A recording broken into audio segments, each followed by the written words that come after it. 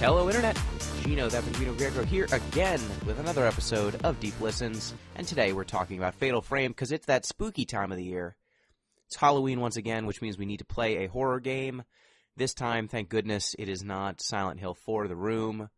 It is instead a game that is Pokemon Snap but Ghosts. And we have feelings about it. And as per usual, I am joined to discuss this game by Spooky Peter Busby. Hey, everybody. Happy to be doing things, especially on this spooky time of year.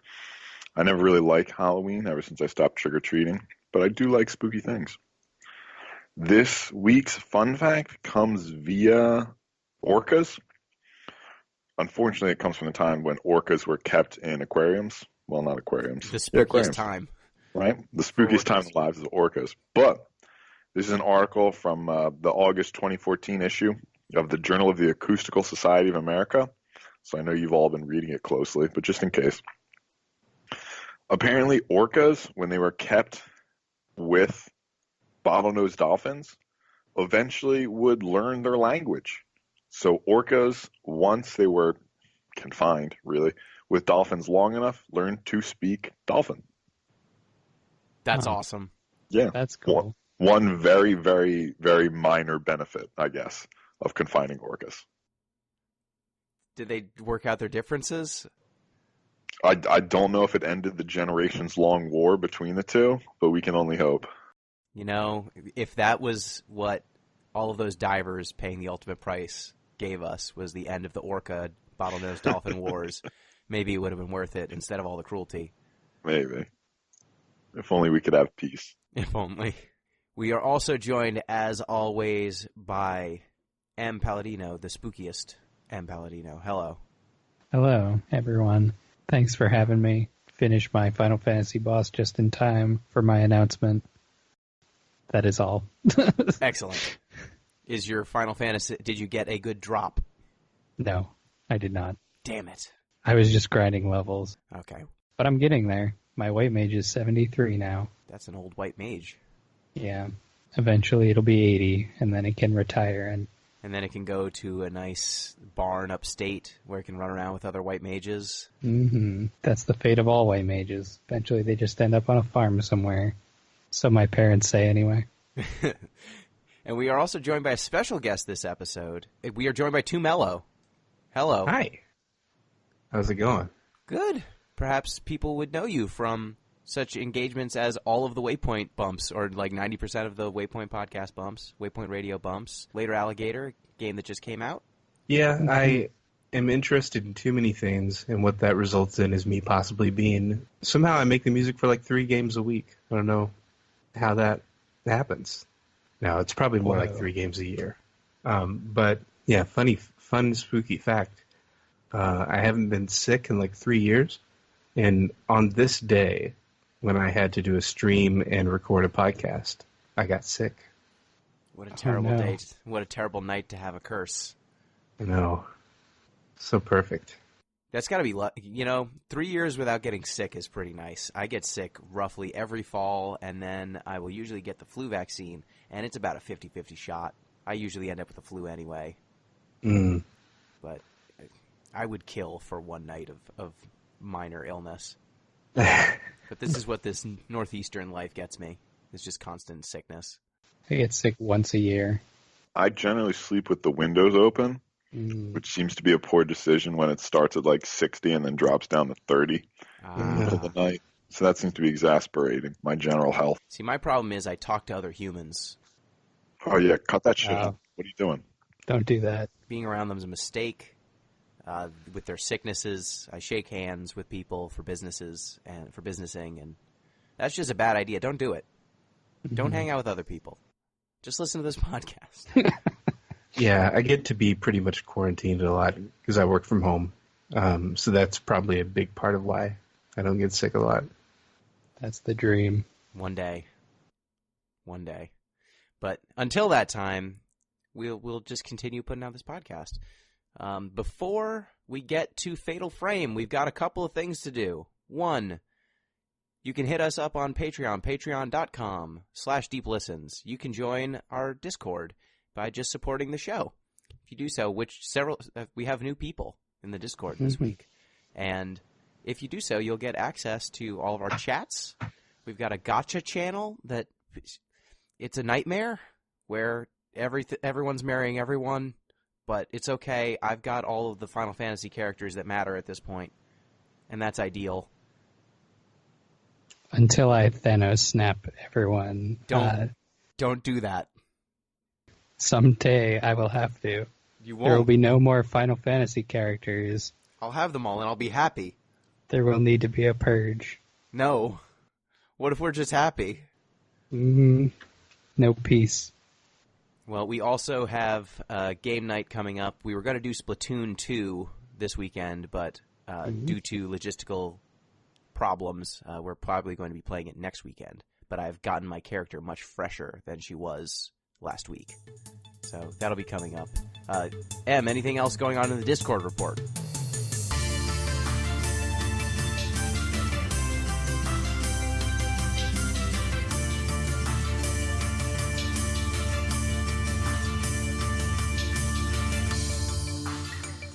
Not really.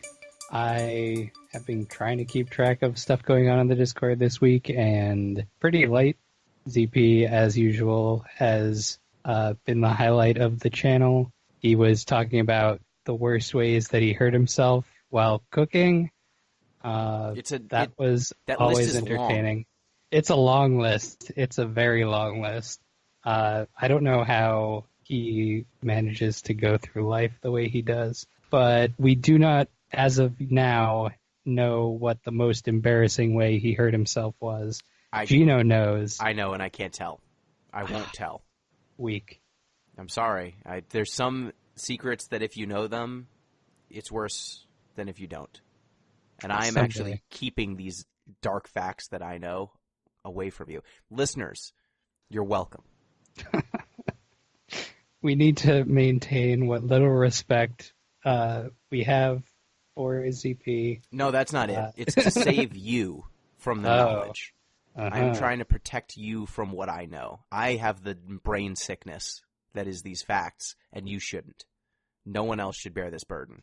You're doing a service. I appreciate it. Yes. Other than that, do you have anything? We had a couple Final Fantasy V streams. Oh, yeah. I've been Tell doing us a about it. 4-job fiesta because the Final Fantasy V podcast is upcoming. It's going to be the next FF podcast we do. And because I've played that game so many times, I'm doing a 4-job fiesta run of it to kind of spice it up a little bit. And because I'm doing a 4-job fiesta, I thought, hey, why not stream it? So if you just follow me on Twitter, @thatpinguino, I'm usually tweeting out when I'm going to go live with it. But I also tell everyone in the Discord. And it's been going well so far. I've got a Blue Mage as my first job. It's a good job to start with. I just need to grind out some levels and advance through some bosses, and then we'll see. Hopefully I won't get screwed on the Water Crystal. Mm-hmm. For those who have no idea what you're talking about, what is a 4-job fiesta? So in Final Fantasy V, you get access to several jobs in kind of 4 bursts, or 4 or 5 bursts. And you're supposed to mix and match those jobs and then mix and match their abilities. And, you can have each of your characters taking on different kind of archetypes that you would expect in, like, Final Fantasy. Like your Dragoons, your White Mage, Black Mage, Blue Mage, Knight, Monk, like all those kind of classes. And you're supposed to mix and match them and hybridize stuff. But in a 4-job fiesta, you get limited to 4. 1 per job, 1 per crystal. And once you have those 4, that's all you get. And early on, you're going to get access to 1 job, so everyone has to be that 1 job. Then when you get 2, you can do any split, 1 and 3 or 2 and 2. And then the 3rd one, you're going to have 1 set of dupes after that. And then once you get the 4th job, everyone has to be a different job. And specifically those 4. So sometimes you get really nice runs, and you get access to jobs that are good.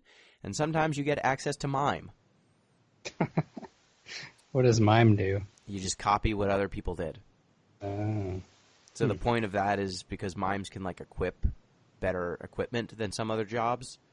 So if you just have a few characters that are capable of doing really powerful attacks, you can have the Mime equipped with all the best equipment and just copying them. And I think doesn't take MP, or it doesn't take as much MP, so you can get the Mime to do more attacks than you could if they were just the proper job. You don't want Berserker, you don't want Mime. There's some bad jobs. But I've been lucky so far, and I think it's going well. Well, that's And good. So that is the Discord report. We also have feedback. If you want to get in touch with the show, you can do so at DeepListensPod on Twitter, deeplistens.libsyn.com. We've got comment sections and deeplistenspodcast@gmail.com. We've got an email. And this comes in from ZP himself. We invoked his name. We said it 3 times, and now he's shown up in our email inbox. And he says, Dear Deep Listens Nightmare People, I take that because it's Halloween, not that he thinks we're actual nightmare people, though you can't put anything past him. It could be both. Why not both? I come to you bearing gifts, I mean emails. The tone to this email is a bit more serious than normal, so to prove to you that it's still me, I wanted to give thanks to each of the main hosts, given that we are getting closer to that time of the year. To Pete, I recently read an academic book you might be interested in if you haven't read it already. It's titled Possessed, Why We Want More Than We Need, and details an entirely scientific effort to identify the moment when humans develop the concept of private property or ownership. It's a bit heavy on psychological data. Still, it's interesting to read a scientific explanation as to why children in Asia are more likely to share than their Western counterparts, and why the poor spend more of their income on luxury goods than the rich. To M, I implore you to end our national nightmare, that is the Gotcha forum on the Deep Listens Discord. It needs to stop, and you know why. If anything, Thanos snapped the room because Gino already has virtually every Final Fantasy character worth having. Fuck. Don't listen to him. I've taken it under advisement. We'll see what happens in the future. To Gino, thank you for not rubbing in the constant misery that is the Sacramento Kings. Yeah, they're 0-3. It's not going so great. Long season. Stay optimistic. Yep. Other people could get hurt that aren't on your team, and then maybe it'll work out for them. To my actual email, I wish to return a bit to Unravel 2. My question to all of you is simple. Doesn't Unravel 2 commit the naturalistic fallacy? Look, I get it. The game makes a decent enough argument that industrialization is legitimately bad for the environment. However, creating a narrative wherein children seek refuge from actual parental abuse in nature seems downright irresponsible. Not sure if you've seen the movie Grizzly Man, but as the film clearly shows, nature does not give a shit about your feelings. Nature is brutal and cruel. It values brute strength and will punish you heavily for having any form of mental or physical disability. It is not the answer to recurring trauma or mental health issues. In fact, as we all know, seeking out safety in nature when you have these issues can lead to some dire consequences. Now, I'm not throwing away the value of mindfulness or meditation in nature. Nonetheless, I am pushing back on the idea of nature being this warm and fuzzy source of parental kindness we can go to when such kindness does not exist in our actual lives. Am I actually off base here? Feel free to chime in with your 2 cents worth. So what do y'all think? Peter M. Yeah, Grizzly Man is a very distressing movie. I mean, I've seen it, and there's footage at the end where they get audio of him being eaten by a grizzly bear, and they play it for a guy on camera. You don't hear the audio, but you watch his reaction to hearing the audio, and he takes off his headphones, and he's basically just like, never play this again for anyone, ever. Like, you can see the same thing in the story of Into the Wild, where a guy goes out, and there's a lot of debate about how he died, but he ends up dying sort of alone in this bus in those woods, and people still imitate him. They go out, they try to find this bus, and they also die. So, I mean, it's sort of like the question of binaries. Like, anytime we introduce a binary in something that should be continuous, we have a problem. So to suggest that, like, all right, nature good, society bad, like, it's against the dialectic. The fact that, like, you have thesis, antithesis, and they come together in the ultimate synthesis. That's the dialectic. Yeah, and definitely, even Unravel, it definitely has plenty of moments with your Yarnies where you are in conflict with nature. I think you were alternatingly attacked by natural beings and industrial beings. Like, there are these kind of wispy smoke fire monsters that seem to represent industrial power. You also run into, like, actual fire and industrial presses, electricity, and all of those things are dangerous to you. But some of the biggest antagonists in the game are, like, an angry turkey and an angry fish. So I think that the game actually gives a little bit... It doesn't necessarily, for your yarn creatures, present a completely safe, naturalistic world. No, this is one of the points that I forget the author's name, but in the book, Postmodernism, the Cultural Logic of Late Capitalism, that's one of the points he makes, that the challenge of the dialectic is to keep in mind that his specific focus is capitalism. That capitalism is both the best and the worst thing that has ever happened to humanity. And to keep that in mind without diluting either end. That's what makes dialectical thinking so difficult. Yeah, and I think can't put it any better than that. So thanks for getting in that email. Remember, you can write in as well. deeplistens.libsyn.com. That's probably that comment sections, or deeplistenspodcast@gmail.com. So without further ado, time to discuss Fatal Frame. Fatal Frame. Pete, who wants to... Mello, what do you think? Whose pick was it? Well, It was technically it was mine. mine, but Mello picked it. Oh. I picked it in your stead. Mm. So do you want to explain what Fatal Frame is? I will. Excellent. Fatal Frame is an older style survival horror game that came out on the PS2 during the unexpected continued height of the J-horror boom that started with like Reen and Ju-on the Grudge. And that helped Fatal Frame along a lot. It is a horror video game that's both third person and first person. You are a young girl who is exploring a pretty haunted mansion and using a camera to defeat ghosts, to seal them away, I guess, with your special mysterious camera. Camera Obscura. Mm-hmm. I think camera obscura, like that phrase has been used in a lot of different media. Like I played The Evil Within 2 recently, and it has like a boss called the camera obscura. And I looked up what it really is, and it's just like a camera that reflects light. It's fine. You know, it doesn't really... My original degree was going to be in photography, so I could explain what camera obscura is like in actual like film photo. Oh, so you're an expert in photographing? catching ghosts in film. Okay, good. Exactly, yeah. Tell me about how you catch ghosts with your camera. So basically, a camera obscura is like a box with a hole in it that has Excellent. a piece of like film in the back of it, or photosensitive paper, and then because of the way light works, the light travels through that tiny hole and reflects onto the paper in the back, and it has to be totally light safe, and it's a fun little project if you ever want to like make a camera out of a box. It's neat.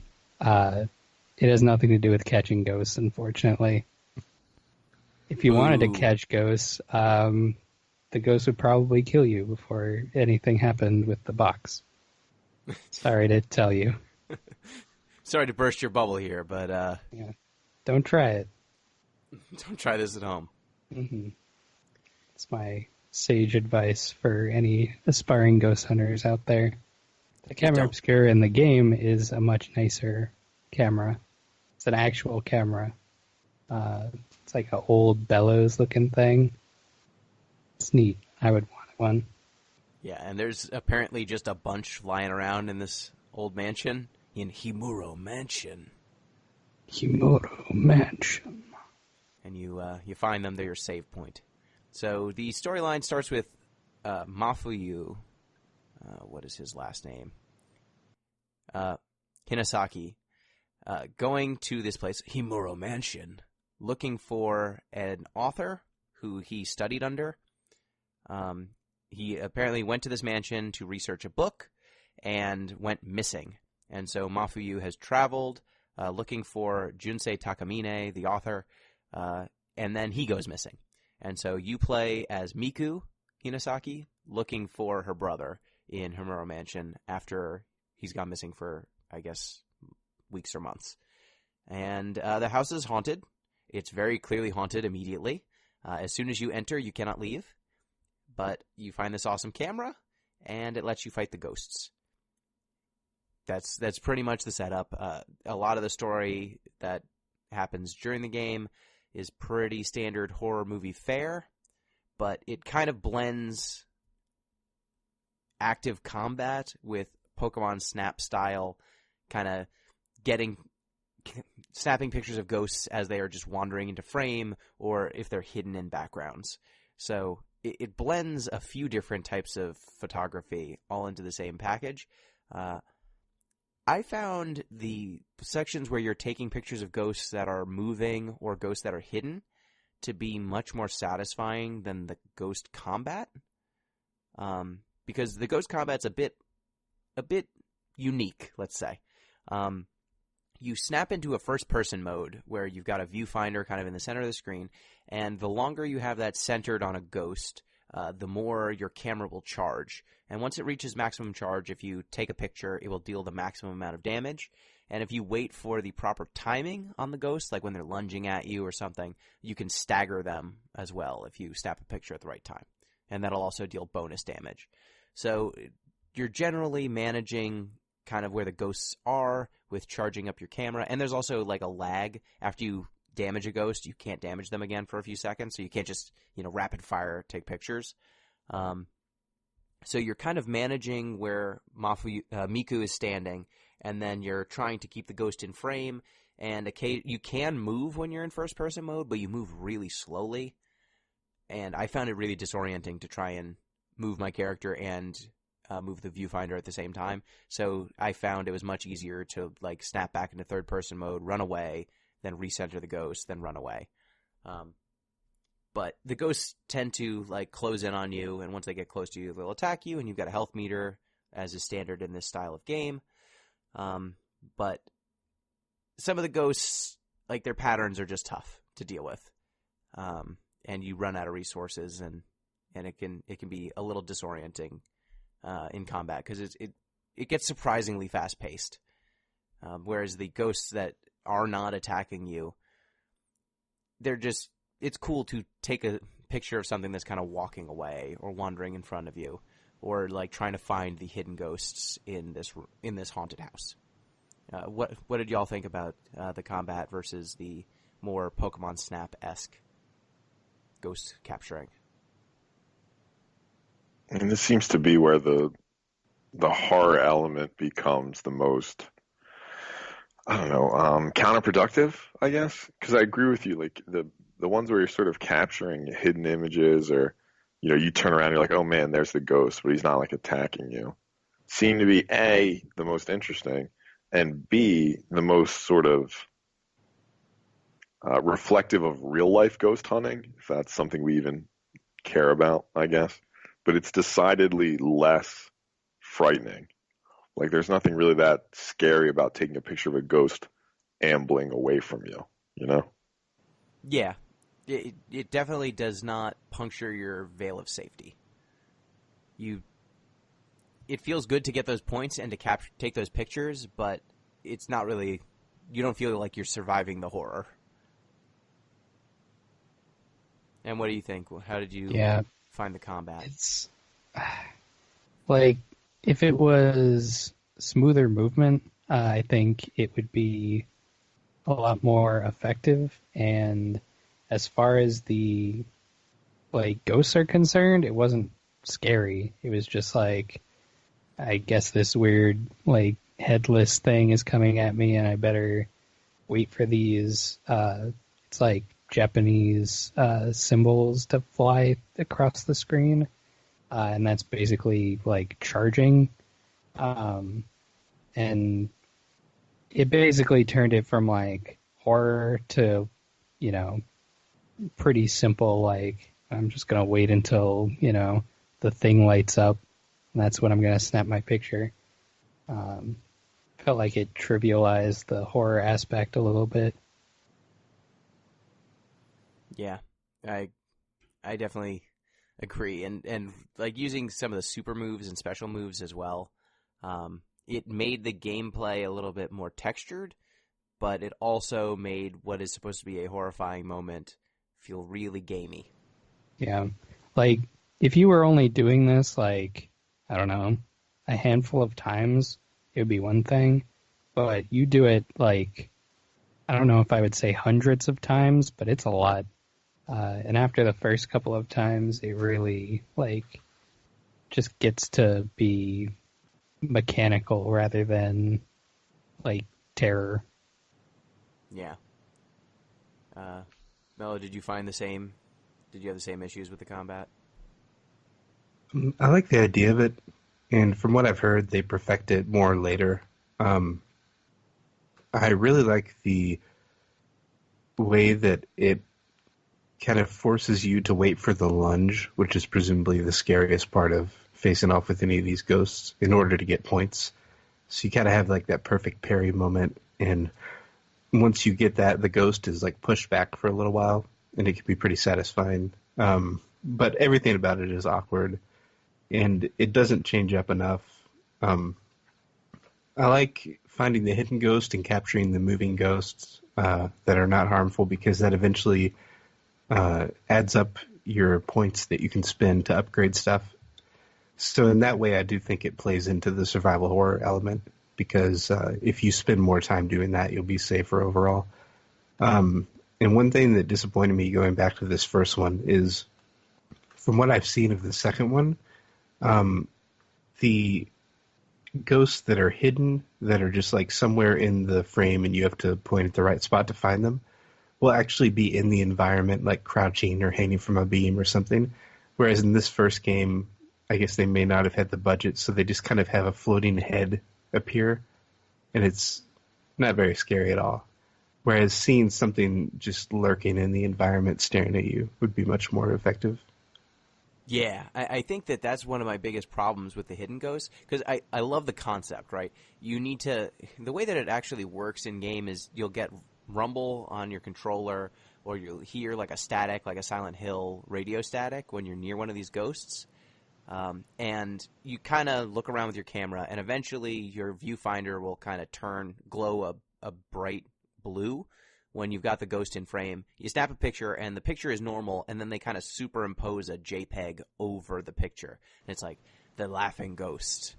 Right. And then you get some points. But I think, like you said, having something in the environment that is constantly there until you find it and take a picture of it, much more effective. And I think that... Yeah. Did y'all watch the show Haunting of Hill House? Yeah, a little bit of it, yeah. No, I've never seen it. So, it's a Netflix series that I strongly recommend. It's like This Is Us, but scary. You know what This Is Us is? Interesting combination, yeah. Yeah, so it does the whole traveling back into the past and then seeing these people in present day. So it's kind of like these people are not living in a haunted house, and then here's back when they lived in the haunted house, and how it kind of impacted who they became and what they're doing in the present. And there's a lot of hidden ghosts in that show. There are times when, you look in a mirror and you'll see a ghost kind of staring at the kids, or you'll look in a bookcase, or you'll see eyes staring through a window.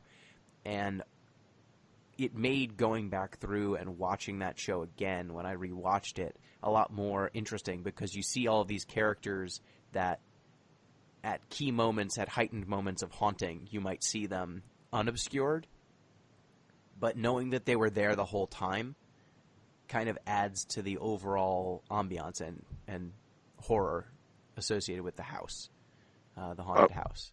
I agree with you guys that I think this would work better as sort of like a lens of truth functionality, where you see something in the environment through the camera obscura that you wouldn't otherwise. But I wondered, if the thing you're describing would be more difficult to execute in the game, because it seems like what you're describing is basically just a version, I shouldn't say just a version, I don't mean to sound dismissive, is a version of dramatic irony in which the audience knows something that the characters in the story don't, right? In this case, where these sort of hidden ghosts are. But you can't really execute dramatic irony in a game because, by necessity, the characters in the audience all have the same information. The audience is the character. I suppose. So for me, I'm not really talking about having the camera, having your view when you're not looking through the camera and your view when you're looking through the camera be two distinct things. I wouldn't mind if you could see it in the third-person perspective and then also through the camera. I just would like there to have been a character model in the environment that you're seeing, similar Okay, to when yeah. the ghosts are walking by. I give you that. Makes sense. Just because having a ghost linger there until you find it, and then maybe you never do, or maybe you notice it the third time you walk through a room, I think is just much more impactful than just hearing a static noise and then eventually, you find the right spot in the room to take the picture, and then you get some points. They obviously made the wrong choice here, but I mean, like Tamela said, maybe it was a bandwidth issue more than anything else. Oh, totally. I expect that that's the case. It's good to hear that they eventually did that in later games in the series, because I think it was a missed opportunity, and I'm glad that they hit it the next time. Yeah. Is that how you knew that there was something like to look for, like the static noise in the background? Static and then rumbling on the controller. Oh, okay. Because I was like, I didn't have controller rumble on, so it was like occasionally I would hear that, but I'm sure I missed like a ton.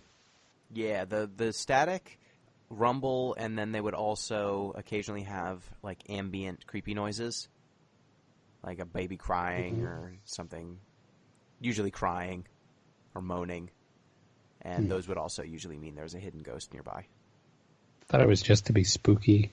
That also. Yeah. It's like, why is it so dark in here? I think they tripped the circuit breaker. Like, let's just get these lights back on. Why is it always nighttime? Why can't Miku walk around during the day? It seems less creepy. Why is it always nighttime, actually? Like, I guess you're in there for 3 nights, right? Yeah, I was going to ask, does the game occur in one night? Like, does she leave during the day and then come back? No, so the way that it happens is she arrives there at night, and then the first night is spooky, and it kind of has an apex where you encounter a especially powerful ghost, and they knock you out, and then you wake up the following night. Oh, so she's passed out all day. Yeah, and I assume that happens after night 2 as well.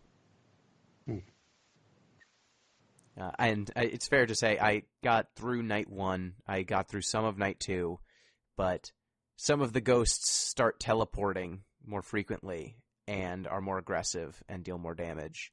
And it wasn't fun. I didn't enjoy dealing with some of that nonsense. And as cool as some of the random ghost encounters can be, when they happen too many times in a row, you run out of health items and film, and that's a bummer. It stops being spooky this third time you run into the same ghost in the same location just because they're, a random encounter. I liked the scripted ghosts much more than the random ghosts, even though you kind of need the random ghosts functionally to keep the player on their toes. But I think that they erred a little bit too much towards random encounters. Anytime I deviated from the guide I was using, I was punished swiftly by a random ghost. How did y'all find it when there were close quarters encounters? Because I found that to be the most frustrating, because you just can't gain space, and maintaining space is like the number one thing in this game. Yeah, because you need the basically load time.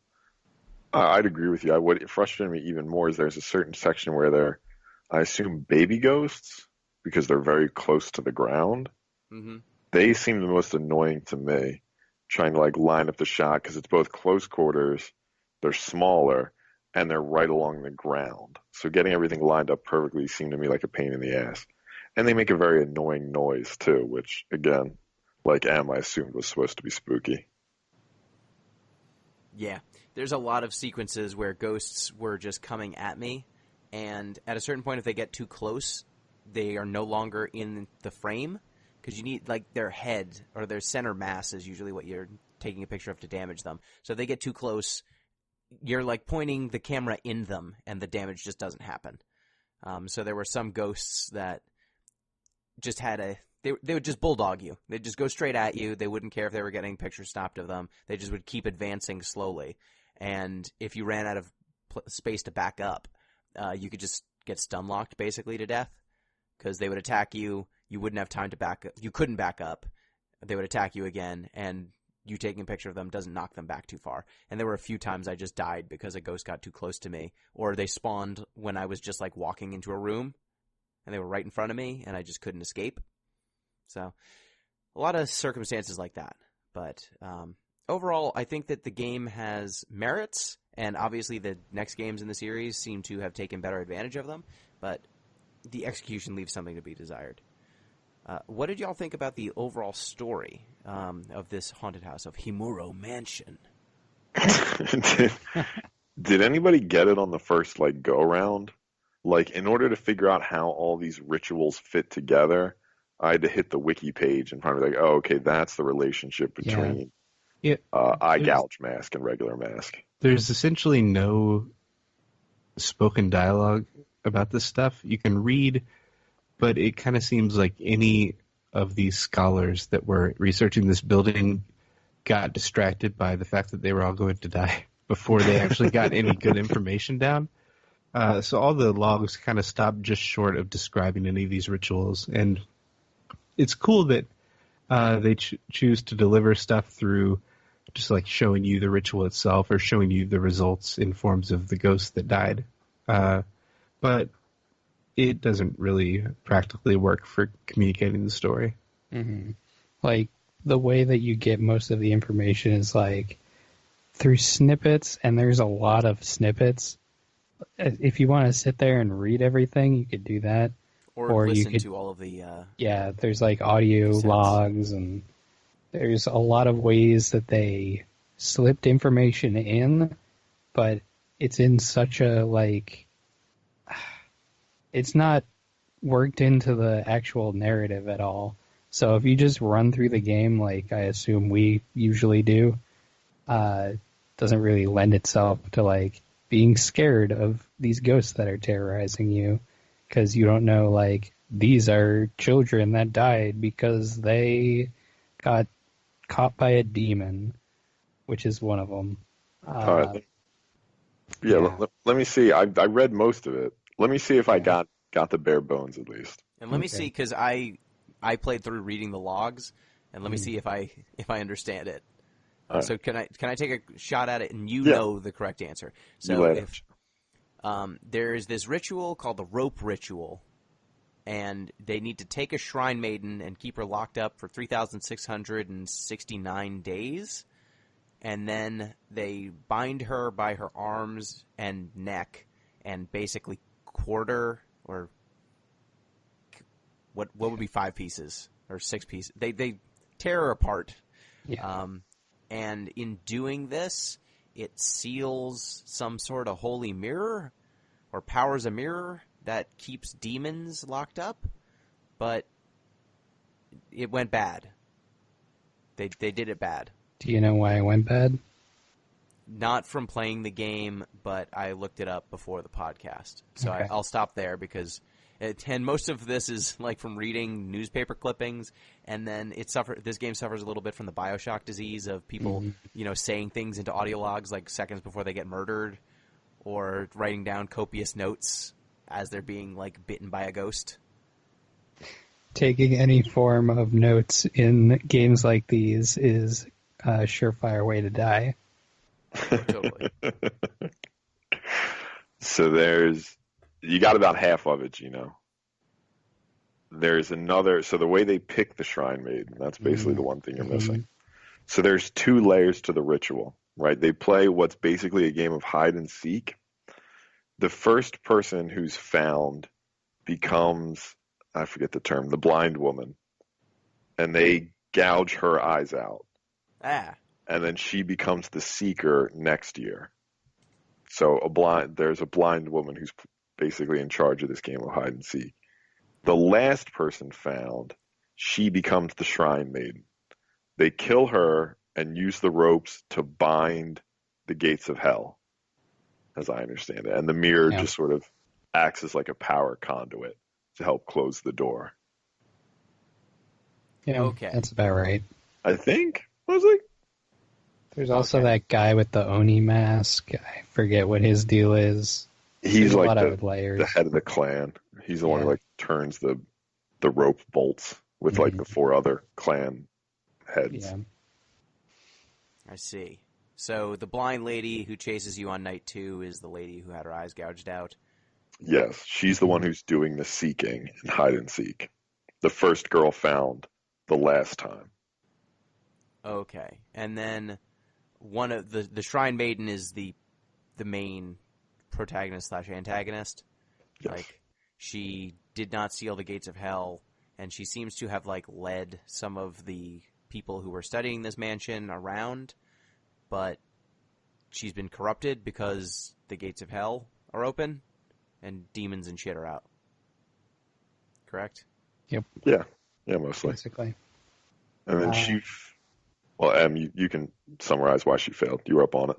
Oh, yeah. So let's see, let me find her name. Kiri? K-I-R-I-E? Kyrie? Kyrie? I'm pretty sure it's Kyrie. It's Kyrie. It's Kyrie. definitely Kyrie's making an appearance. Cross media. Yeah, it's a Cross really format weird all-star. crossover. She is the Shrine Maiden who was killed the last time, and she failed to complete the ritual because she fell in love with a visitor to the mansion, and the guy in the Oni mask, the master of the mansion, has that guy killed because otherwise Kiri's gonna mess up the ritual that they've spent all this time on. And he lies to her and says, oh, that visitor left. And she is pretty upset by that and doesn't want to perform a ritual. And so because she isn't willing, the whole thing fails. So that lets out this entity, the malice, and that makes everyone ghosts. That's basically it, I think. Anyone have anything to add? No, that's pretty much it. And the only thing I didn't understand was why all of the ghosts of people who you are coming to find or save they are pissed at you. They attack you, and They're you not need to, very happy. No. Like Mr. Takamine, you fight him. He's not happy. They do not understand that you are there to help. Yeah, I don't know why Takamine is so pissed. Like, I assume the rest of them were like hell demons. Yeah, I I guess assume he's hell that, corrupted or something. like, it seems to be implying that the malice infects the spirit, and that makes them, like, angry ghosts instead of just regular not angry ghosts. Ah, I see. Yeah. The malice. So it's like is it Injustice or Mortal Kombat versus DC, where they get infected with the rage virus, and then all of a sudden Mortal Kombat characters can fight Superman or whatever? Is that what happens in that? Yeah, that game's weird. Does anybody like ask about the backstory? Of Mortal Kombat versus DC? Yeah, like I didn't even know there was one. There is one, and it's weird. Bonus fun fact. So one of the theories for ghost sightings or like feelings of hauntedness is something called infrasound. So basically below sound. So it's like very low sort of acoustic sound waves that humans can't consciously perceive. They can sort of subconsciously feel. And it's supposed to provoke feelings of like dismay and terror and dread. So that's one of the theories for ghost sightings or thinking like haunted mansions. That's a place where there's high concentrations of this infrasound. But what if the infrasound is coming from ghosts? See, there's layers to this. It's ghosts Yeah. the whole way down. Damn. Didn't think about that, did you, Mr. Science? Well, Pete, did you see a larger through line to the themes of this game and the constant torturing and murdering of women? I did. I up this did, family? actually. So, like, there's a whole sort of tradition in folklore of using stories to basically control women's sexuality, especially young women, for this sort of, like, purity archetype. Like, I mean, the Bible's rife with a whole bunch of these sort of stories. Like, Delilah and her tricking of Samson is probably the most famous one. And Delilah, like- the radio host, and her tricking of people who are listening to the radio really late Yes. at night. Exactly. But yeah, there's a folklore tradition. Like folklore is meant to do something, right? Aesop's fables are supposed to teach you something, and a lot of them are meant to teach women not to engage their sexuality. And I think that that's pretty obviously what's going on here, right? The thing that breaks the ritual and that literally unleashes hell is this woman sort of engaging the reality that she's a sexual being for the first time. She falls in love. She's sort of progressing along this path, and all the like heads of the clan are like, no, no, no, no, no. Let's shut this down really quick. So again, I think it's maybe an undermining of this sort of narrative of controlling female sexuality and the idea that like we've made this an inherently terribly brutal process. Like we're literally tearing people apart in the same way that asking a young woman, person, whoever, to suppress their sexuality literally cleaves their personhood in two. And we're basically physically actualizing that in the rope ritual. Yeah, and I think that you can see that as well in the blinding ritual, that it's instrumentizing this person, blocking out their eyes so that they have one task and one task only for the rest of their lives. And it seems like many of the ghosts in this game were kind of instrumentalized in that way. So I feel we're remiss discussing Fatal Frame with an audio engineer on the podcast to not talk about this game's audio design and voice acting. One of these is good. One of these is bad. Expert, which is which? Well, the voice acting is bad, and the sound design is good. Yeah, I'm glad we're talking about it because the actors of this time that were gotten for games, it's probably different factors all over the place for every title, but the most common story I hear is that people are basically given a script and put in a room without like a director to say things without any context. Dope. And what that leads to in Fatal Frame is a bunch of people knowing that this is for a scary game and trying to be scary or like foreboding, but while not having any context. And I think that leads to a lot of really weird or stilted line reads. Weirdly, I feel like the audio tape stuff, though it's kind of a chore to sit in the menu and listen to it, is better acted than how a lot of the characters are in their mainline dialogue. Yeah. And some of the like repetitive chants that the different enemies have that like signals them showing up are pretty good. I like the blinded woman's performance. But really the strongest horror thing about this game overall, I think, is it has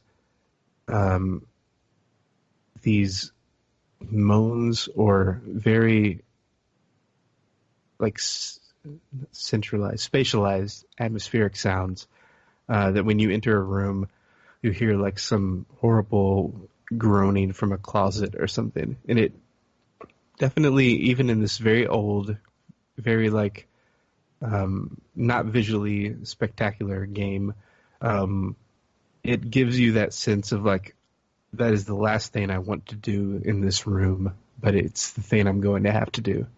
And you're kind of dreading going over to the area where the sound is coming from.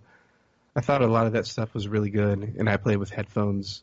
So they apparently were pushing really hard for stereophonic 3D sound for this game, and they ended up using an audio codec that enables that.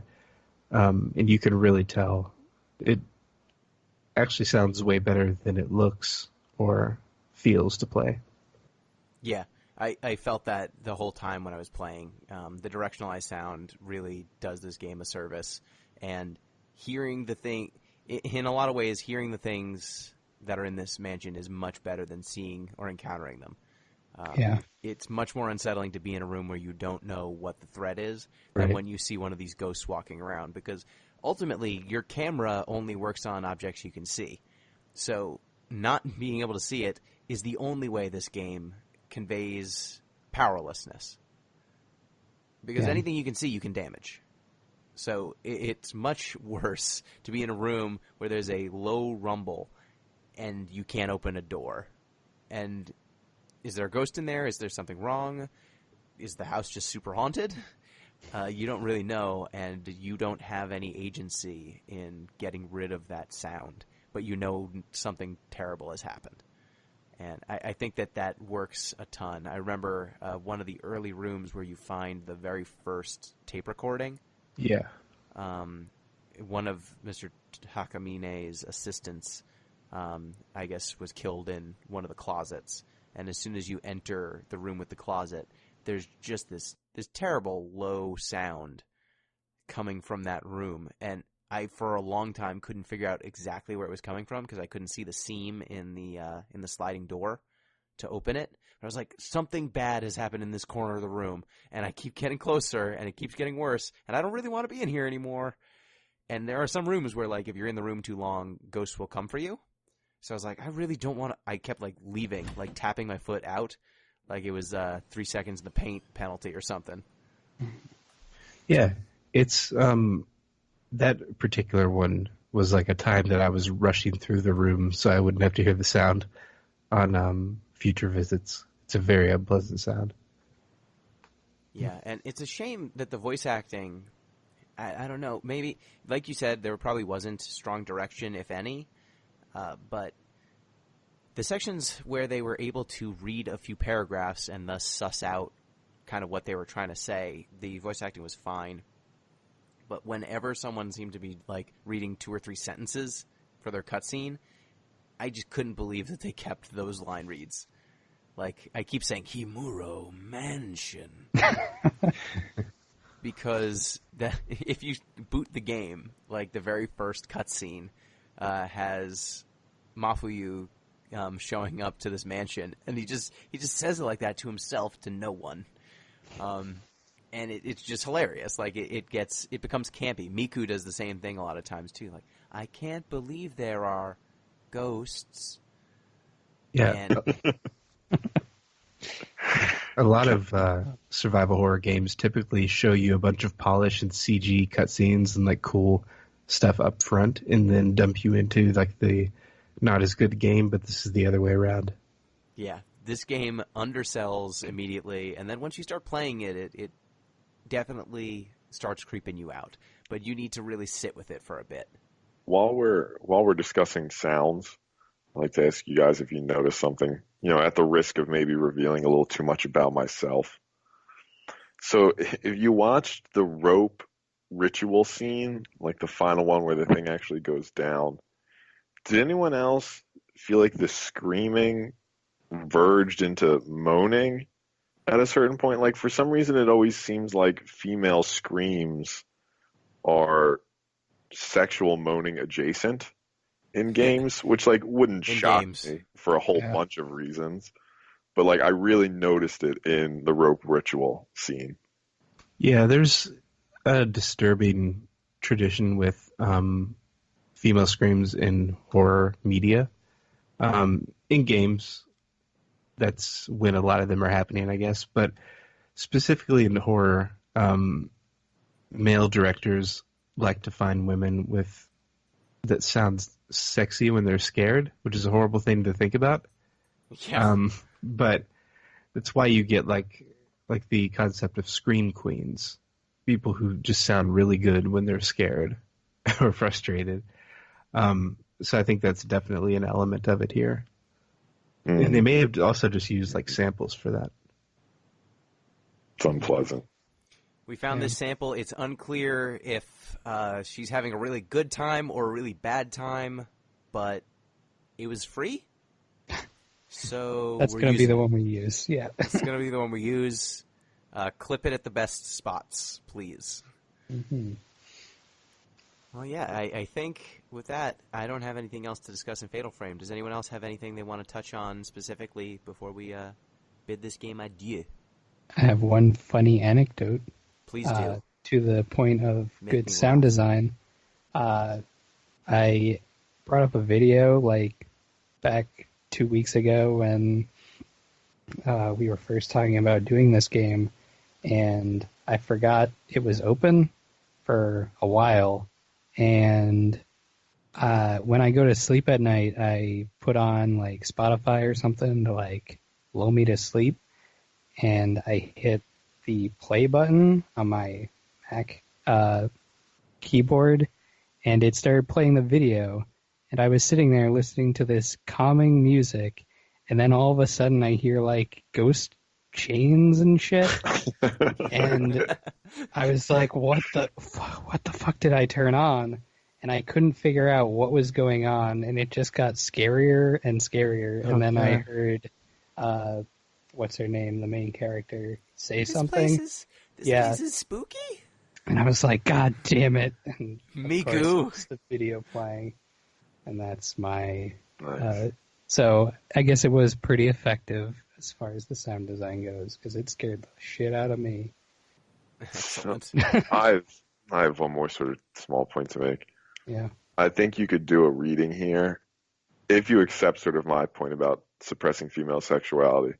I think between that, the erotic screaming, and the ropes, you could very easily do a sort of bondage Easily. studies reading. Yeah. That sort of looks at this as an alternative expression of sexuality. Now, I don't know that much about queer studies or the bondage community, so I can't really do that reading, but I definitely think it's available here. Yeah, this game is rife with ropes, and people talk about it constantly. Like, that's the first hallway in the game is a hallway leading up to a mirror full of ropes. I like that hallway, and I like the first audio log being a guy. It's very itchy tasty, where he's just like, ropes. There's more ropes. There's more ropes this time, and then after a while, all he can just say is the ropes. Yeah, it's really good. So with that, I think we are done with Fatal Frame. I think it is now, M, your turn to pick. It's my turn. What game are we playing next? So, what game was it? Hold on, I'm blanking. I can't Just going tell to be you. Fatal Frame 2. Let's play Fatal Frame 2 real quick. I want to play Disco Elysium. I love the title already. Yeah, I promised I would pick this next. It is getting a lot of buzz right now. I know very little about it. This is a CRPG, I believe. Yes, it is. You are playing a detective with a unique skill system at your disposal and a whole city block to carve your path across, interrogate unforgettable characters, crack murderers, or take bribes, become a hero or an absolute disaster of a human being, which is the Steam description. So I'm looking forward to it. I only know about this because they did a quick look of it on Giant Bomb, and the comments were bad. Were they bad? They were bad because the one female staff member did the quick look, and she did not like the game, which led to a bunch of people saying, you don't understand CRPGs, or you don't know what you're talking about, or you shouldn't have a job anymore. So people are shitty. Yeah, people are shitty. So that is all I know about Disco Elysium. I don't know if the game is any good. I have no clue. The C in CRPGs. Computer role-playing game. It's a distinction like mid-90s. Early 90s, mid-90s role-playing games because they had a very specific feel. Usually very keyboard-heavy, lots of dialogue, very open-ended stories. And I think ZP will probably write in and correct us because he's a big CRPG guy. Gotcha. I can't wait for that email. Yep. Looking forward to it. Great. So thank you, Mello, for joining us. Of course. Do you have anything to plug or anywhere where people can find you on the internet? 2mellomakes.bandcamp.com is where all my music lives. The Later Alligator soundtrack is featured there right now. It's a great game I made with Small Boo Animation Studio and Pillow Fight, or publishers of We Know the Devil and makers of Ghosts of Miami. All my soundtracks and music are there. I'm doing this thing on Twitter, Mellow Makes, called Atmospheric Horror Month, where I've posted a bunch of little horror songs that are like a minute or two each. And I'm going to release those in an album on Halloween, hopefully. Nice. Sweet. We need more horror albums. I've been listening to Kim Petras's horror album that she put out, and I was like, there needs to be more horror albums. Yeah, it's not really so much of a thing. It's not. Why does Christmas get all the albums, and it's the same songs every time? Hard Dude, to all make you spooky need is- music, I guess. Yeah, all you need is the Nightmare Before Christmas soundtrack. Just play that on repeat, man. Just gonna listen to Travis Scott songs on loop. I really want to play Later Alligator, too. You guys want to play Later Alligator sometime? Yeah, totally. They look cute. I looked into it briefly. I wanted to pick it as our next game, but I promised I would do Disco Elysium to the Discord, and I didn't want to disappoint them. That's fair. We can play later, Alligator. Oh, yeah. We will certainly get to it. So thank you everyone for listening. If you want to get in touch with the show, you can do so at DeepListensPod on Twitter, deeplistens.libsyn.com. We've got our comment sections and deeplistenspodcast@gmail.com. And if you want to support the show, you can do so patreon.com/deeplistens. If you support us, you will get access to our Discord where our community hangs out. And we do all sorts of events. And supporting us is super cool because the show, I think, is of a quality. And it's nice if you show some support and keep us going.